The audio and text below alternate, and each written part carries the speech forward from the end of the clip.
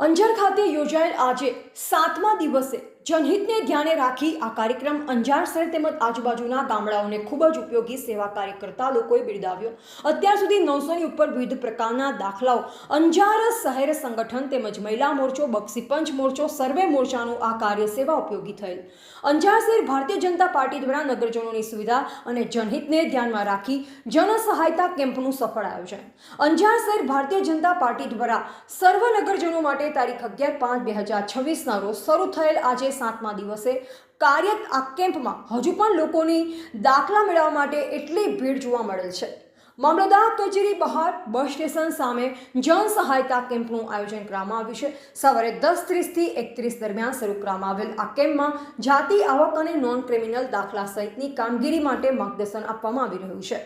કેમ્પને સફળ બનાવવા માટે હિતેન વ્યાસ, કૃપાલસિંહ રાણા, મિલન લોઢા, ભૂમિ પંડ્યા, ચેતન ઝાલા, અશ્વિન પંડ્યા સેવા સહયોગ આપી રહ્યા હતા। આ કેમ્પમાં રાજ્ય સરકારના મંત્રી અને સ્થાનિક ધારાસભ્ય ત્રિકમભાઈ છાંગા વિશેષ ઉપસ્થિત રહ્યા। સવારે 10:30 વાગ્યાથી શરૂ થયેલ આ કેમ્પ દરમિયાન નગરજનોને વિવિધ સરકારી યોજના, દસ્તાવેજી પ્રક્રિયા અને જન સહાય સંબંધિત પ્રશ્નોમાં માર્ગદર્શન અને સહાય પૂરી પાડવામાં આવી રહેલ છે।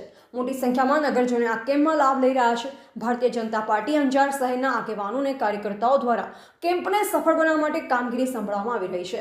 કેમ્પ બપોરે 10:30 થી 31 વાગ્યા સુધી ચાલુ રહેશે તેવું જણાવવામાં આવ્યું છે।